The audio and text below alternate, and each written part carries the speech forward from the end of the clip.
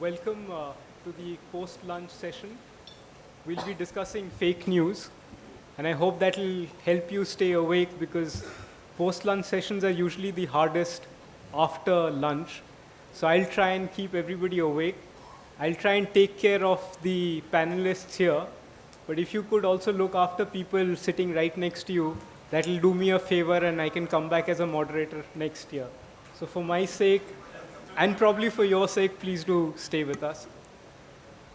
We have a very interesting panel. We've got experts, people who have done a lot of work in technology and in technology policy. We also have somebody who's from a technology company, and we've designed it in such a way that you get a lot of tension, and you probably might see a few of us screaming off the stage, which will sort of bring a little more tension into the room. We'll try and engineer a little more conflict on the panel, but we'll try and do it with facts and not with fake news. But why are we discussing this? One quick thing, you're seeing a pattern that is now global. You see societies are getting increasingly polarized.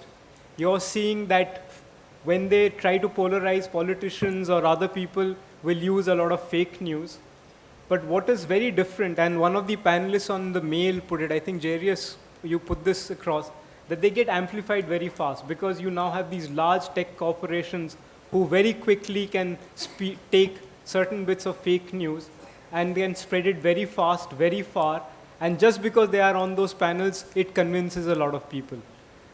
It also has a lot of national security implications today, so we'll try and go through all that. I'll request my speakers quickly to introduce themselves and their affiliations, and then we'll start off. And we'll also request my speakers to have a 2-minute opening sequence because we have a very short of time. So a quick 2-minute opening sequence on what you believe are the key issues in the sector, and while you introduce yourself. Thank you. Sure. Good afternoon. My name is Donara, Barojan. First of all, thank you so much for having me here. It's always a pleasure to attend and speak at ORF's events. I work for Astroscreen. It's a technology startup that's based in London.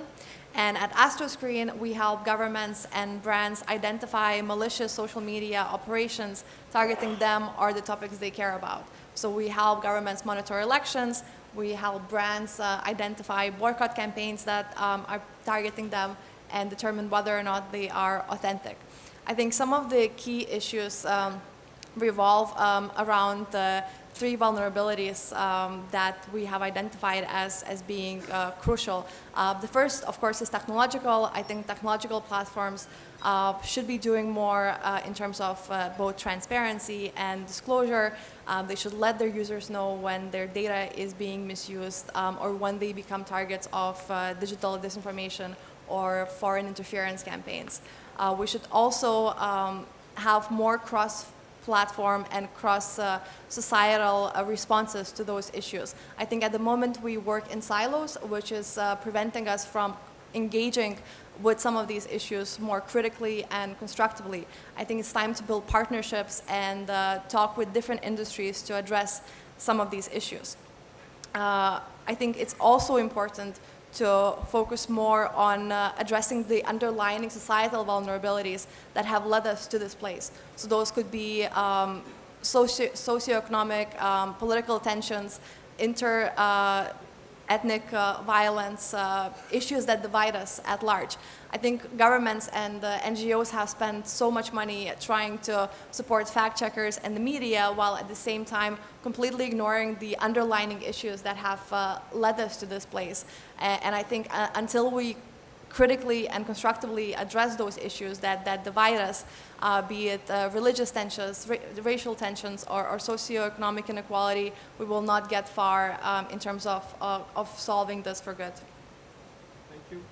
So we have somebody who's been on the other side in the sense that he's been a teacher, but he's also been a senator, and he's been a politician. So if he could hear your initial opening thoughts.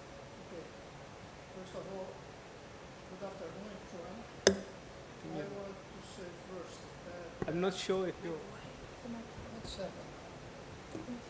It's okay now? Yes. Okay. Good afternoon, each one of you. I'm from Brazil with an formation in France as an economist I worked many years with Inter-American Development Bank. For the last 40 years, I have been teacher at the University of Brasilia, where I was rector, and I have been involved in politics. I was senator for the last 16 years, governor of one state in Brazil, and Minister of Education. And I'm very pleased to be here because for the last 2 years I have been studying how to adapt democracy to the new reality in the world. The reality technologies, the reality even fake news, the reality in the globalization. And I think this is a very special place to discuss this subject.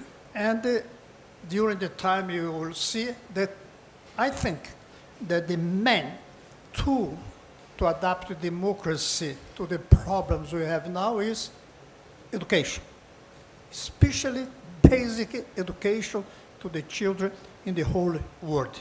This is what I'd like very much to use this panel to discuss.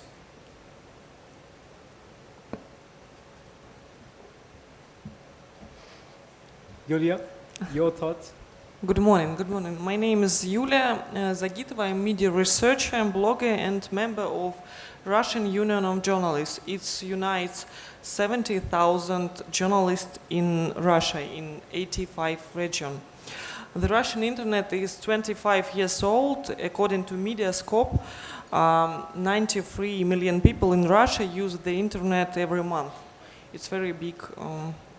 I think it's big. I think that one of the methods to tackle disinformation campaigns is to educate people and teach them media literacy. If you carry out constant work with people and train them how to sort out fakes, we will ensure that people will not only consume content, but also analyze, is it true or fake? It can be a special website, maybe courses, games, podcast, and any applications. Thank you. Jairus? Hi, I'm Jairus Khan. I'm with the Mozilla Foundation. Obviously, there are a lot of components to fake news and how it's happening and why it's happening. We'll talk about media literacy, we'll talk about state actions, but there are some inherent issues with the structure of social media networks that make fake news a particular problem on them that I think often get overlooked. Because of the machine learning algorithms that determine news feeds and how they work, a lot of these are really just designed to optimize a single thing, right? Like pick a metric, optimize it, optimize for engagement or watch time on YouTube. And if you look at something like YouTube, which has been a big driver for misinformation and fake news, they've been optimizing for watch time for years. That's their metric. And if you optimize for watch time, any good AI is going to favor content that convinces people not to trust other media networks, right? You can only watch so much TV in a day, and if you're watching YouTube, you're not watching CNN, you're not watching NBC. And it's no coincidence that conspiracy media is huge on YouTube. Media that says don't trust the mainstream media, that's the information that gets promoted because that's the one metric that is an important one to YouTube. If you look at early Facebook, early Twitter, their algorithms early on optimized for engagement. And if someone posts a news story you agree with, you might post, "Oh, good, I like this, I agree with it." But when someone posts something you don't agree with, that's when you get into an argument, and you post 30 times instead of once. And so those algorithms structurally are built in a way to help propagate fake news. Fake news has always kind of been an issue in media, but social media networks are essentially immunocompromised in a sense. They're built in a way that fake news can really take advantage of. Ashish? So, I'm Ashish Jaiman. I'm the tech and ops lead in Microsoft on a program we call Defending Democracy. Just 1 second. Can you hear Ashish, everybody at the back? I don't think you're very clear. If you could speak into the... Yeah. Yes, I will. Absolutely. So I'm Ashish Jaiman. I am tech and ops lead in Microsoft on a very interesting program called Defending Democracy. I want to take a step back though, right? I want to think about the disinformation challenge that we all face today very holistically. It is not new. Disinformation is not new. Gossip and falsehood and lies are inherent in our nature because those are our survival skills, as humans. For millions of years, that's what we have learned. Now, what has changed though is scale and scope, the volume, and the velocity, how quickly that disinformation can get in the hands of people.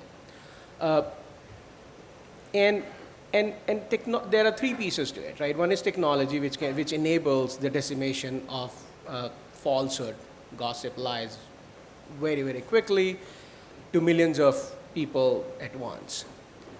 But then there is another part to it, which is, who is doing it, right? In a democratic environment where representation politics is very important, where, persuasion and mobilization of voters to bring them into the polling booth and get them vote for you or not get them vote for the other person, we have all been doing it. So essentially there is a political aspect to it as well. And then the third one, which actually I did mention, which is the innate quality of humans to believe in a lie more than believe in the truth, right? Because that is our survival skill. That's how we have survived as mammals. So when we talk about fake news, I want to talk about all three and see how intricate they are to each other, right? So if we just talk about media literacy, that may just solve one problem. We have to actually focus on legislation side as well. Plus, we have to enable technologies in a very positive way because, the scope and the volume and the velocity of information has so much good use cases, right? If there was a pandemic around, right, having that information get to populations very, very quickly can get millions of people actually live, right? So I don't think that it has to be a blanket conversation about, hey, stop fake news. I think what we have to do is think about disinformation with all these three pillars to the stool and see how we have to make sure that we are actively thinking and discussing on each of those pillars rather than just technology. Thanks, Ashish. That was there's a lot of clarity you brought to that. Alok? Yeah, hello, good evening and good afternoon. And, thank you for inviting me for this panel. And thank you all for coming after lunch. And so Saikat has already started the fake news that you are all so alert and everyone is, very interested in the topic. So I'm a professor at Purdue University and I've been there for over 30 years. So my view of the world is very different.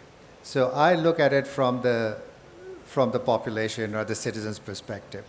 So is it always true that the fake news hurts, or is it always true that the correct news helps? So let me start with a simple example and how media plays into things. So some of you may remember that in 2009 when Iranian election was done, and so election was rigged, so election was done on 12th of June. And from 13th of June, demonstration started. And the demonstration was very intense. And every news channel around the world, so they were showing how the demonstration was getting carried out. And then something happened on 25th of June in Los Angeles. And there was this, a very small star by the name of Michael Jackson died. And the moment that happened, to look at the media from all over the world. So from dawn to midnight, they were only talking about Michael Jackson, all his life and everything, what he did, what he stood for, what he did not stand for. And at the same time, this Iranian revolution was totally crushed. So media and everyone else should look at themselves, that what intensity do they provide. So when we talk about the fake news, it is not just the story which is totally false, which is getting propagated, whether it is through social media or whether it is through media, but also the intensity which media gives, hoping that that is what the consumer wants. And so that is, I think, more damaging to the society. And if you look at, when we talk about polarization, So that is, polarization has always existed. So it was also so how hardened the positions were. And now, given the type of intensity which the media and the social media is doing, it is allowing people to harden their positions. And so that is what we are looking at, and my research team, we are looking at this whole concept, what I call is FACT. So FACT stands for Federated AI for Communication and Trust. So you cannot use a single AI model which is going to be able to identify what is going on. So we are looking at how you can create ensemble of AI models. And the purpose of this whole thing is how we can give these tools to average citizens, so we're calling them citizen reporters, so that they can create different narratives, because different people views different events, and so there are more than one observer, not just the reporters who are there, so they can create multiple alternative narratives, so that the consumer themselves, they can decide what they should believe and what they should not believe. Because I don't believe that someone else can tell us what to believe. And so empowering the consumers, so that is the best way to go about handling fake news.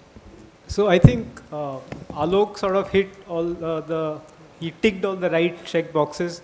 He said the media is responsible, so let's blame the media. Let's empower everybody else, which is, the people, the consumers of news.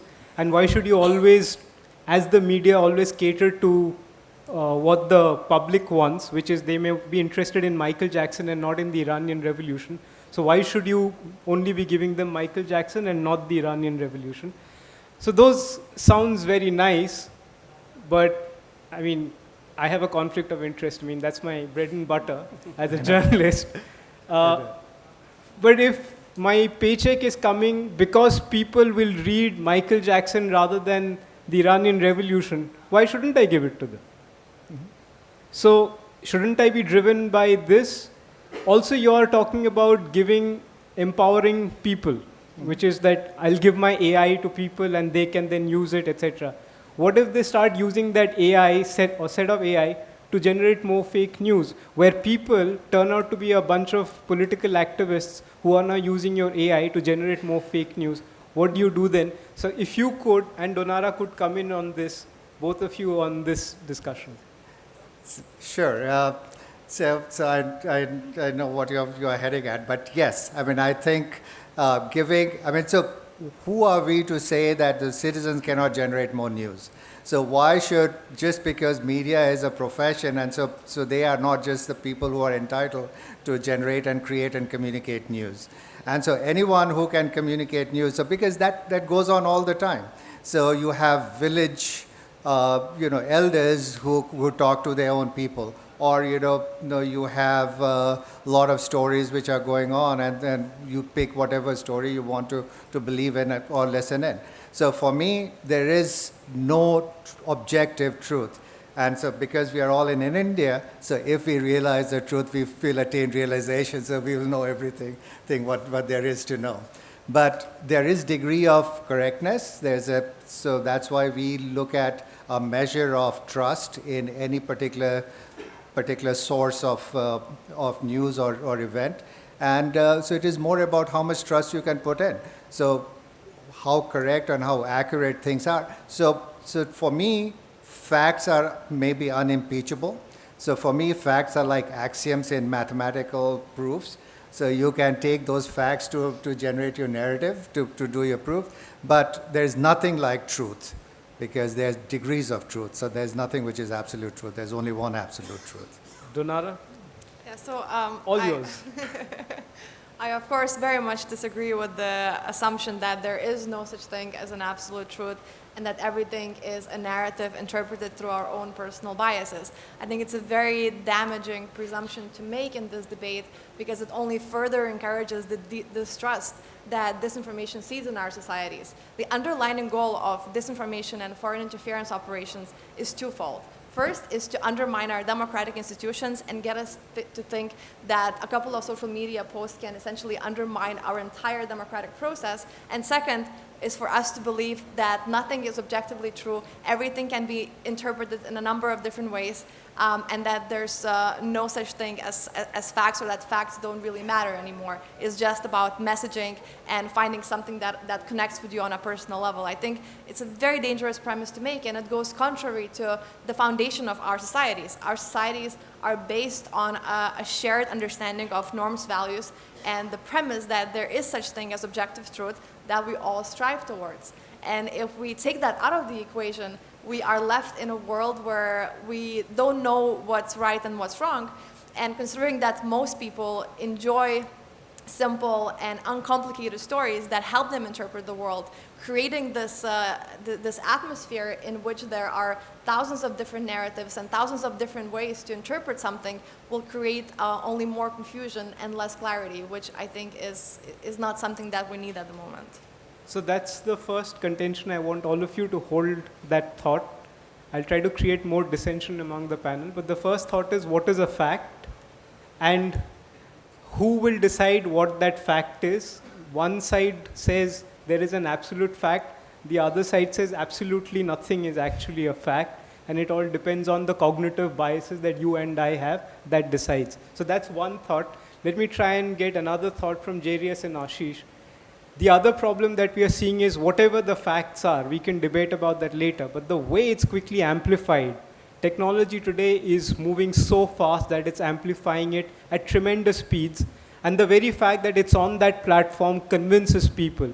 So in a way, what Alok was saying that I'm going to give AI, I thought Mark Zuckerberg gave his AI to people and they are now generating a lot of news, which unfortunately is not very good factual news. So where do both of you, if you could come in, how do we deal with these big tech platforms? Do we have a lot of regulation?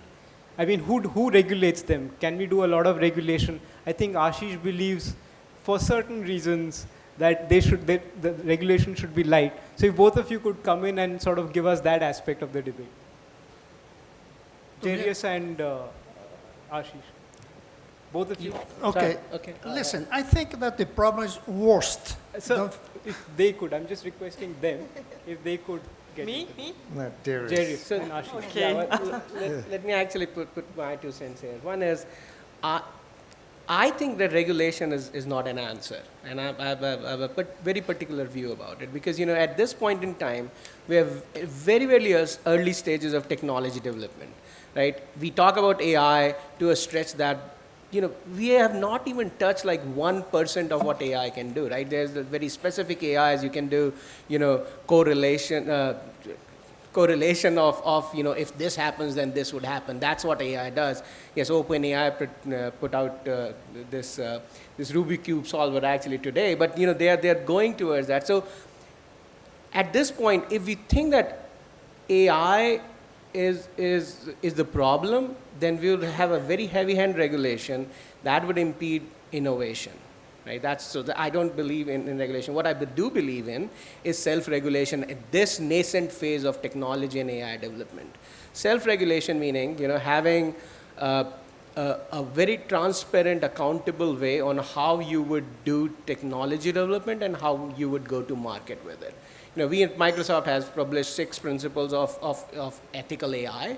We talk about transparency, integrity, harms framework and all that. And I think that helps Microsoft as we are putting out our technology in a meaningful way. We go through that checklist and make sure that it is not against any of those 6 principles. And that's a self-regulation. I think we are at a point where rather than a legislative regulation coming from outside, it should be individual technology company or maybe a consortium of those individual companies come together and say, hey, these are the right ways to bring this technology to market. And one of the examples I think you'd appreciate as well is the OpenAI not publishing GP2 was out there with the whole reason is because that was like the best fake news generator you could even have in today's world.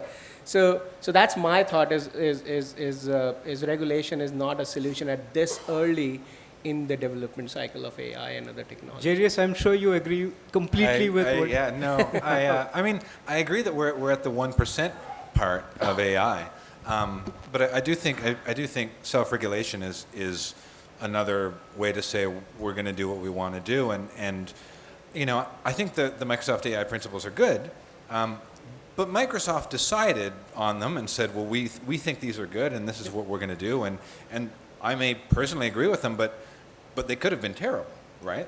I think that when you're looking at algorithms that impact the lives of millions of people, even if regulation is hard and difficult and we don't know how to do it, we can regulate transparency on different levels. We can say, okay, well, if a company is going to have a targeted AI-assisted ad system that lets you target people on protected classes like gender or orientation or race, then maybe that algorithm has to be open to audit. Maybe that algorithm has to be available for examination. Maybe there are ways to do regulation that aren't just, you're not allowed to do this thing. There are ways to do regulation that let us understand the technologies that are controlling what's put in front of us. And I think that the road to hell is paved with good intentions, and the people who founded Google said, don't be evil. And the people who founded the internet were like, we're going to make this open and transparent, and those principles, with good intention, have often led us to places we didn't expect to be. And I think that we may think we're making the right decisions now, and we should be trusted to self-regulate, but we don't know what we don't know, and we have to have more eyes on the problem. So a quick, by a show of hands, how many of you feel technology, you've heard both of them, how many of you feel that technology should be regulated right from the word go? If you can raise your hands. Okay, that's a small number. So most of you wouldn't want technology to be regulated at this stage. But I thought technology has been around ever since the Gutenberg Bible was printed. I mean, wasn't that technology? So I think we are very specific on the AI and ICT kind of technologies. Yeah, but fake news could also be done through, don't shoot me for this, through the Bible. Right. I mean, somebody could say, somebody walked on the water, and that's fake news, and people would probably start a religion around it. It's happened. But when the Gutenberg Press came out, there was, after it became more available, there was kind of a rash of pamphlets that undermined the reality of what was happening, and the legal system had to catch up and put in laws for, libel and slander and distributing false. And at that time, did they argue that, look, it's an early stage of the printing press, so please don't regulate this? Did they make that argument? I think there was a less robust debate about it at the time. Okay. Anybody wants to change their mind, more hands on regulating big tech? Can I just add one little thing here? Like yes. Regulation, the other challenge which I see, forget technology, right, is the right to expression, right to free speech. The freedom can be curtailed as well, because fake news is such a broad term, right? And even disinformation. So if you think about misinformation, disinformation, malinformation, I think mal and dis are something on the other side. There is a lot of art and expression, satire, fun, and in fact, the activism historically has used those art and expression to actually challenge the authorities, right? You start regulating that, authorities who are regulating that, we may actually get on the slippery slope of impeding people with expression and voice. I'll come to you, sir. Okay. You've been an educator, but you've also been a politician. So do you believe in the current climate, and you've heard the other speakers, do you think education really will make a difference in battling fake news? I see no other way than education. We need some regulation, but it's impossible to regulate the problems that we have now, because the problem change each day. In reality, we have a big problem in democracy. Democracy was created for small cities. We arranged to make democracy in nations, but now we need planetary politics. And it's impossible to have today planetary democracy. It's impossible now, but it's impossible to go ahead without moral, humanistic, for everybody in the world. The problem is how to create that, because we have national presidents, more than 200, And it's quite impossible to put them together, even because each one of them has an election 1 to 4 years from now. And they have to say what his electors, his or her constituents wants to hear, not the world. Obama said one time, there is no president of the world. I believe, just to finish, that the way to cope with nations, because we'll have nations for many, many years in the future, with the planetary view, is to create a kind of moral umbrella, a moral way to feel. That is impossible to do out of the schools. That's impossible to do with old people, adults. We have to do that through the children of the world. So I understand that education, a new mentality to cope with the planetary problems, environment, migration, fake news, and so on, I think that we need a global educational Marshall, let's go this way, plan. Without that, I think that we will stay in this instability, and not only with fake news, but with fake democracies, because democracies that will not solve the big problems of the world today. I do not see how to solve through regulation, but I believe that we can solve through education. But I have a question for you, sir. You come from a country where you've now elected a president who has some very, one can say controversial, one can say interesting views about all sorts of things, including why the Amazon is burning and sexual violence against women, etc. And people voted for such a person. So, and education is a very, very politically sensitive subject. Today, I am the president or the prime minister. I would want one kind of education. Tomorrow, my opponent becomes the prime minister or the president. They would want a completely different kind of education. So, kids' minds today are becoming battlegrounds for political ideologies at a very early stage. So, how will education work? This is why I am a pessimist. Although these 2 days here made So me... you can't be on the panel if you're a pessimist. We have to give answers. During these 2 days... Give me a fake optimist No, I'll answer. give you. During these 2 days, I became optimistic a little.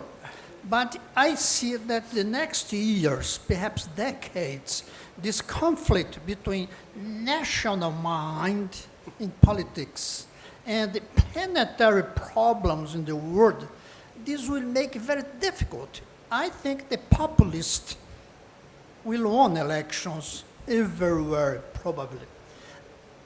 It's impossible to be elected with an international speech. And this is why, perhaps, that after 2 mandates as senator, each year, each 6th year, I lost the next election, probably because my speech was not what the electors want to hear. Local problems, short-term solutions. And I'm speaking as a teacher, and I have the freedom here to speak global problems, long-term solutions.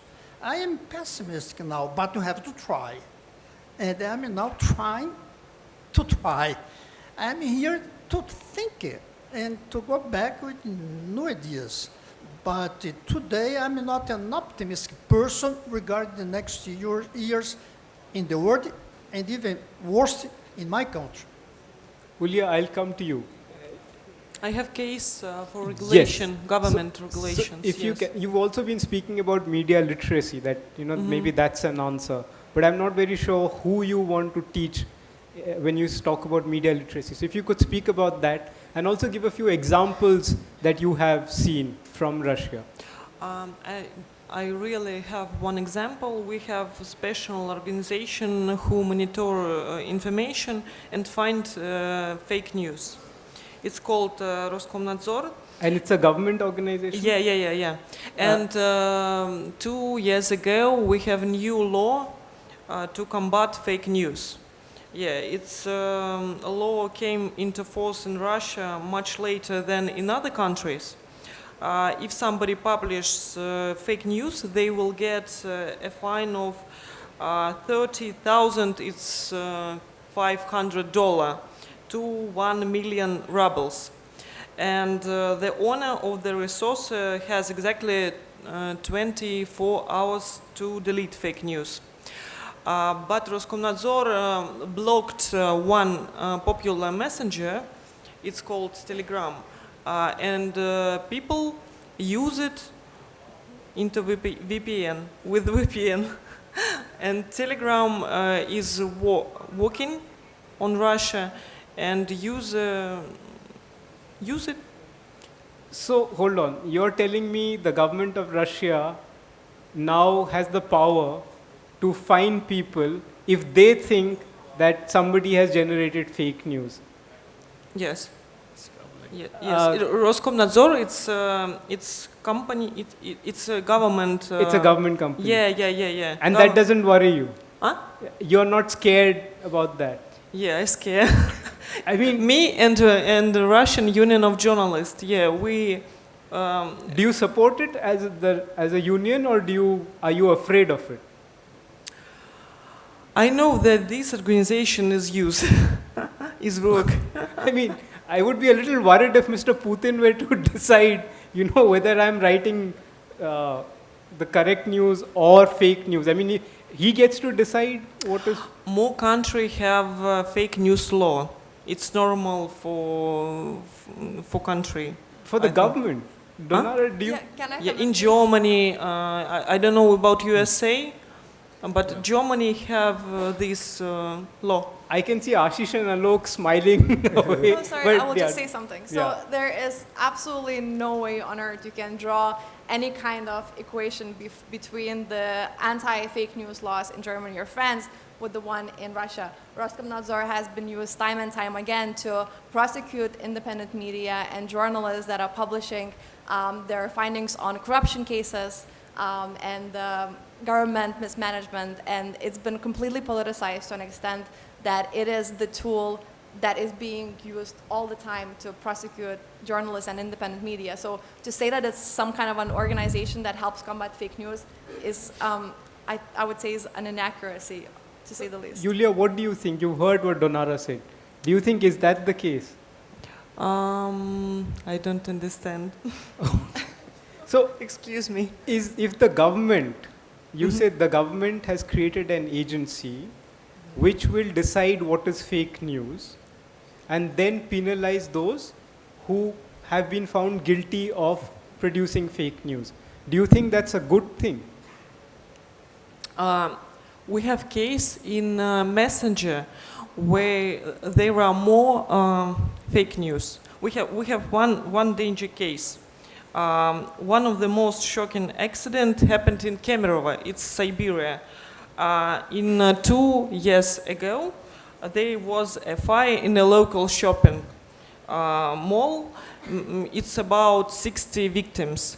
But during these terrible events, there was an audio released in messages where the woman said that it's about 300 fatal victims. And the whole city was terrified, very terrified. This information was in WhatsApp. What do you do? So that's a simpler thing, but if, say, a Russian newspaper were to, say, expose corruption in the government, and the government uses this to say that is fake news, then what do you do? We have we have some information about this situation, but it's not bad. It's not bad. How many of you think that's a good idea, that Mr. Putin gets to decide what is fake news or not? By a show of hands. Nobody? But you didn't want technology to be regulated. Okay. Alok and Ashish, you were nodding your head very soon. See, I mean, there are a couple of things which we have to know. So, like going back to Aristotle days, so Aristotle once said that, he did not like democracy. Why he did not like democracy? Because if you have two candidates, one is a doctor and the other one is a sweet shop owner. So the sweet shop owner will go out and say, look, you can come to my shop, I'll give you sweets to eat. and look at the doctor, he tells you not to eat anything good. So whereas now the doctor will come back and say, we ask you not to eat sweets because, this is for your own good. And now the sweet shop owner will come back and say, look, he's telling you what to do. So demagoguing is always existed and it is going to exist. Now, coming back to fake news, so a lot of times, demagoguing is a kind of fake news. So there are different levels of fake news.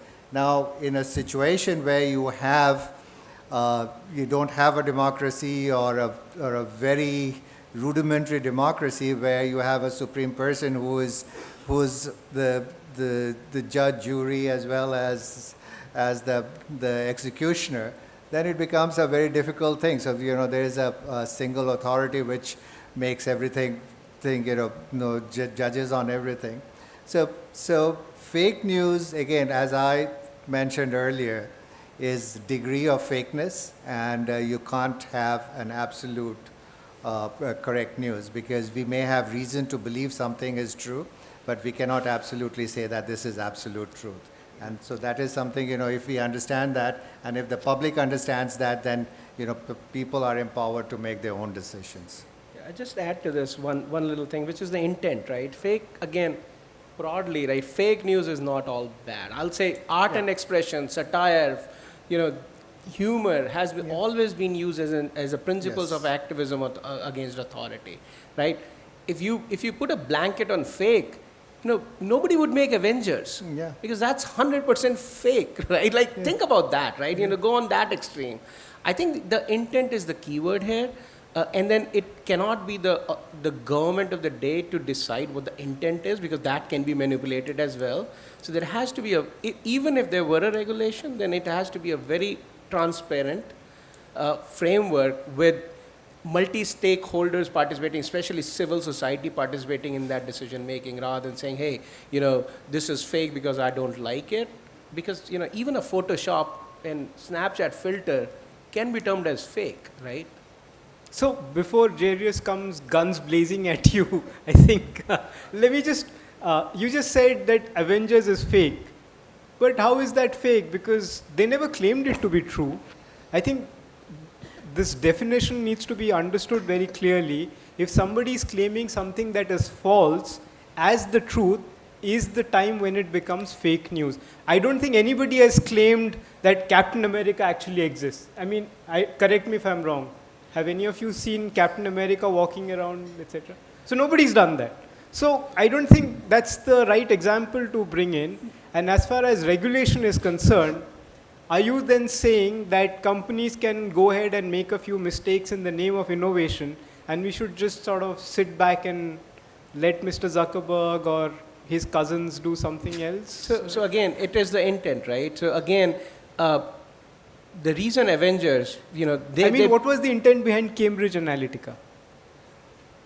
Intent, right? So the intent was to take our information and weaponize that towards a particular political outcome. And I think the government is now fining Facebook for it. Right. So intent, we know the intent, right? So then the fines are applicable. But earlier we didn't. So how do we therefore establish checks and balances against this? So there are a couple of things, right? And that's why I was saying, it cannot be just regulations, right? The platforms themselves have to be a bit responsible. Right. And when I say responsible, again, the exploitation of the business model, right? That these again, tech platforms, there's a conflict of business models, right? And the challenge that I see actually on the responsible journalism side is exactly the same, because we are doing the catch up on the journalism side, because clicks and views are getting paid more than an editorial piece, right? So going back to your question, the intent can be determined by, it's a post-truth world, right? Essentially, you cannot determine the intent beforehand, right? But the platforms themselves have to have some criteria, and which Facebook did actually. Right now, for any political ad, is a label that it is political ad now, right? So it's not that platforms are just sitting back and enjoying the money that is the political ads are bringing. They are actually doing the right thing. So they are self-regulating. They are putting policies together. So Facebook is self-regulating. What? You're saying Facebook is self-regulating? Yeah, I'm saying Facebook now, what they have done before They've 2018 created mechanisms. is they have mechanisms where they label an ad which says that this is a political ad, right? Or at least now you have to have transparency if you're buying ads for political purposes. Jarius, quickly, if you want to respond to that. I'll just come. Jarius? I feel like saying that Facebook is self-regulating because they identify political ads, which was part of the the laws around the media landscape, when black and white television existed, is like that's a long game of catch up to play. I think that we're in a position now where the platforms have so much power, so many people get so much of their news from it, that we can't settle for we think they're going to get it right eventually. And I think that there isn't really a line to draw between the Avengers and the kind of fake news that we're talking about. Intent is important, but like if you look at leading into the 2016 election, the number one source of fake news identified by researchers at that time was coming from a town, Veles, in Macedonia. This tiny town, very low income, because teenagers in that town realized if they put up fake news, they'd get clicks and they would get money. They'd get paid, in US dollars. But I have a question, Jarius. What if, say President Trump goes up on stage and says something which is patently fake because he knows his base, his core supporters would love to hear that piece of untruth? How do you tackle that? I think that it is the responsibility of organizations like Facebook and Twitter that have platforms that have millions and millions of users, and that politicians use in their bids to change the world, to step up and grow up and say, we are not going to let toxic, fake, damaging information get spread and hurt people. Mr. Christopher, you? I believe more today in artificial intelligence than in our intelligence. I think that perhaps we can create an algorithm inside artificial intelligence to cover fake news. We took many years of journalism to uncover reality. Now it's time to cover fake news. And that perhaps will be the job of more than human intelligence. An algorithm that could do that. The problem is that things change so rapidly that even truth is fake. Even reality is fake from one day to the other. We do not know in reality what truth will be the same in the next years. But I think that democracy has to bring inside artificial intelligence. We politicians, we political scientists, we are no more able to cope with the dynamic of the relationship between electors and elected, between reality and intentions, between morality and economics, for example. We cannot cope with self. Anyone thinks that artificial intelligence is enemy. I think that artificial intelligence should be welcome to politics and should be a friend to democracy. Thank you. Donara and then Alok, quickly, 1 minute each. I just wanted to jump in on the debate about social media ads. So just a couple of weeks ago, Facebook announced that they will accept political social media ads that have been fact-checked as false by Facebook's own partner fact-checkers. And I think this is a good example of why we need regulation, because when social media companies are left to their own devices and are allowed to self-regulate, these are the kind of decisions that they can reach. And this, of course, is a financial decision, because Trump campaign and a lot of other politicians are spending millions on a daily basis on Facebook advertising. And they are able to target those ads to their base and to people who might be potential swing voters with the information that is verifiably false, yet doesn't have any kind of a disclaimer saying that it is. So most of the things which we talked about was Facebook and Twitter, but there's another social media, YouTube. And in fact, the recommendation engine which Google uses for YouTube is perhaps one of the most pathetic ones, because the moment you watch something, then they keep on giving you the same things. So they don't like to give you variety of content. They just keep reinforcing that. So where that is a bad use of recommendation system or a bad use of AI. And now we'll open up to questions. So if you could please identify yourself and direct yourself, and please, I have to choose because time is very limited. So I see some hands. Yes, you go first. You go first. And please identify yourself and identify the speaker. We'll take about 5 or 6 questions, and then we'll go have some coffee. Yes.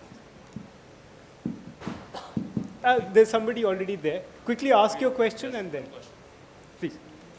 Yeah, I have 2 points. First of all, If you could identify yourself. I'm a representative of the German government, and Yes. I just want to do a contribution to fight against fake news. It's absolutely fake news that the German Network Enforcement Act has anything to do with the laws that are in Russia in place. It's a total different scope. The scope of the German law is to enforce the laws that are valid for the offline world, which exists in a lot of countries, Donara's made also the that. online world. So it's very clear. But in this context, the question also, what about falsibility? Isn't that a concept that may play a role here in identifying not fake news, but news that can be fake or can be true at least? What about credibility? To falsify. So any information that you claim is true, has a true value, must be also say under which conditions it would be accept that it has been falsified. So falsification, what's about that? Yes, please. Yes. Hi everyone. My name is Karndev Singh. I am a multimedia journalist and also I teach to cyber your media. question. Your question. So my question is, if I have 5,000 rupees and I can create a website very easily. Okay. Now government is also with me because I'm working for them, just like them. Okay. So how can you stop me to put fake news in social media or other? Can you stop me putting fake news? Okay. Thanks. Any other question? Anybody? My question. Yes, please. Your Here, no, sir. sir. Your question. My question. Yes, please. Yes, sir. I am H.S. Sharma, oldest living ITN of India, 80-year-old. Sir. My question is very simple. Could you please give comment on Saddam Hussein, which killed by fake news? There was no bio weapons found in that area, and he was attacked by US, UK combined based on totally fake news. So your fake news can be very, very harmful. It is not the fake news, it is news which will benefit us. We can capture Understood, their oil reserves. Very good question. Can sir. you please The reply? next question. The next question, please. Hello, my name is Pavel Koshkin. I'm a research fellow at the We Institute can't for make US our- and Canadian Studies, Moscow. I have one question and one very short comment. The question is, do you think that fake news is a new problem and an old problem? Because some people say that it's an old problem. It's historically every country has been using fake news Is for there propaganda anybody you goals. want to answer? To everybody. To everybody. And We don't have time for yes, everybody. and one very short comment. Just you maybe could somebody choose. would agree to answer to this question. And one short comment about this Russia law you asked. I also just looked into this law, and indeed, some journalists do believe that this law produces a sort of chilling effect on the journalists. But so far, it's a matter of speculations where and how Russian government might use it against journalists or not, depending on the context. But still, it's still produce chilling effect. Just to make it clear, just. Right. Thanks. Your question. So about like you had also mentioned that due to financial incentive, media houses might give out newses which might be more needed by be appreciated by the citizens. But there are new platforms which are coming up, which are subscription-based platforms like NIOT or Netflix, which are which give more good news or have liberal art forms to display. So do you think that as more and more technology comes in, there will be a financial divide which will dictate who gets the good news and who gets the fake news? Last two questions, yours and yours. Good evening, everyone. My name is Nabiha Khan, and my question is India. I'm asking in terms of India. India is the largest democracy, and we celebrate diversity. In India, we see at every 400 kilometers, we see a different culture. There's a different societal norms. I want to ask whether there can be any single interpretation of the term fake, because what is fake for someone might be possibly is not fake for the other. And in addition to this, before solving how Alok, to regulate the fake news, first we need to decide what is actually fake. Excellent. Thank you so much. And yes, ma'am. Hi, my name's Danielle Cave and I work at an Australian security think tank on cyber tech and information issues. And my question is for you, Donara. We've done some information operation work on what the Chinese government's done in Hong Kong and what Indonesia's done in West Papua based on the Twitter takedowns. And I wanted to know two things. Do you think social media networks will increasingly release more data online when they take down these info ops? And also, do you see states investing a lot more in this space, and do you expect this to be a tool of sort of, I guess, statecraft that they'll continue to use in the future? Thank you so much. Maybe I will start with that question. It's a really excellent question. I genuinely do hope that social media platforms will continue releasing those data sets, because if we want to understand better the challenge that we're facing, we have to get access to better and more data. In terms of your other question about whether or not this challenge will only grow in the future, I think definitely. The key thing to remember is that all of the countries that have used foreign electoral interference or disinformation to achieve their foreign policy objectives have done so with relative impunity. And that means that other countries, having learned from how accessible it is and how cheap it is to create such operations and then achieve those desired effects, will only, the number of threat actors will only grow with time. And I think it's time to prepare for an all-out information warfare campaigns that will definitely have a chilling effect, not only on our discourse online, but also on what we trust and don't trust offline as well. Alok, I'll direct two questions at you. One was the question you heard, that who decides what is fake and what is not fake. But also the other question that the gentleman from IIT raised, that a fake biochemical and nuclear weapons scenario was created by a particular government to actually launch a war on Iraq. So how do you deal with those issues? See, the question from the young lady, so as far as I'm concerned, I don't consider any news to be 100% accurate or 100% fake. So the way I view things is that, so there are two aspects to any communication. One is the actual message and the other one is the interpretation of the message. And so a lot of times, the actual message may look fake, but the underlying message which is being communicated may be addressed to a certain community or certain individuals. So those are two different things. So one is the medium of communication and one is the actual content or the payload of the message.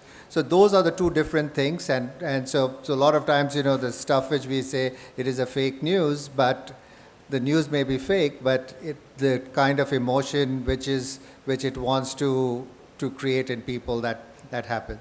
So on the Saddam Hussein question, so yes, so there was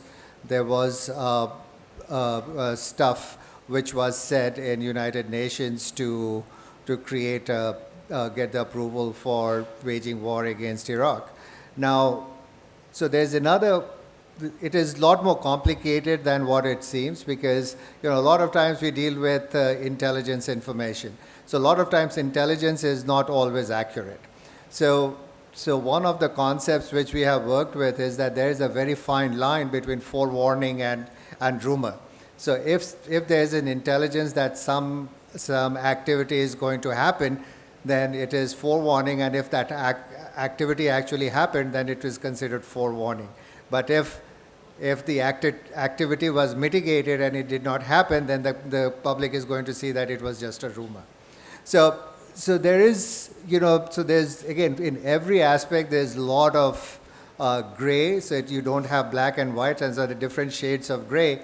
And so those are the things happen, and those are the international diplomacy, and so it's a lot complicated thing to answer in 30 seconds. Ashish, one question that Karandeep asked, that if I can set up a website for $5,000 and then the government actually aids me in generating fake news, what's to stop me? Well, absolutely. So yes, you can do that, but again, what is the intent of creating that fake news? If it's fun satire, then it's okay, right? Nobody does but having fake said news for that, fun and right? satire. If the government is funding creation of fake news, then there's some real problems with. But you don't want any regulation, right? No, no, absolutely. The regulations has to be. See, regulations are heavy-handed by regulators who may not understand the intricacies of the technology at this point in time. That's all my point is. But do the technologies understand the intricacies of the No, technology? absolutely not. AI, the fundamental principle of AI, especially deep learning, is no one has an idea of how it is being done, right? Actually, the researchers can just get a correlation out of it. They don't even know causation. So. Jarius, 30 seconds, final words. I mean, I feel like technology moves faster than law. That's true. There are events that happen that we can argue all day what was the correct interpretation of them and is that fake or not. That's true. But equating those things to, a universe where state actors, target ethnic minorities and tell them the wrong voting days for elections, where you have, people being told, don't give these medicines to your children, it'll hurt them. These are worlds apart. And the kinds of things that we're saying, okay, well, maybe there's some truth to this, how do you regulate this, are not the same kinds of things that are that pose existential threats to democratic institutions, to the health of communities, and to the social fabric of countries. And I think that by equating those things and saying, well, we have these, so we can't look at those, I think we're setting ourselves up for failure. Okay, so we have 4 minutes beyond our time. I'll just leave 2 or 3 points for your consideration. Sir, time is up, sir. You are holding us back from coffee, so that's a serious danger. We need coffee. So just a few thoughts. One is, you've heard 2 people discussing about regulation, and some people don't want too much of regulation. I think one common ground that you can find is, if you have regulation, can we make it a transparent system where how that regulation is used and what the consequences of that regulation should be made absolutely transparent? Because anyway, governments are supposed to be as transparent as possible. 2, we spoke about education. See if we can produce education which generates critical thinking among our children rather than reinforcing their cognitive biases. Because if you are constantly going to look for something that pleases your bias, that's not going to help you. So can we think in ways and means to introduce critical thinking so that we can take on fake news? And I take this opportunity to thank all of you, and it was a pleasure having all of you on this panel. Thank you so much. Thank you.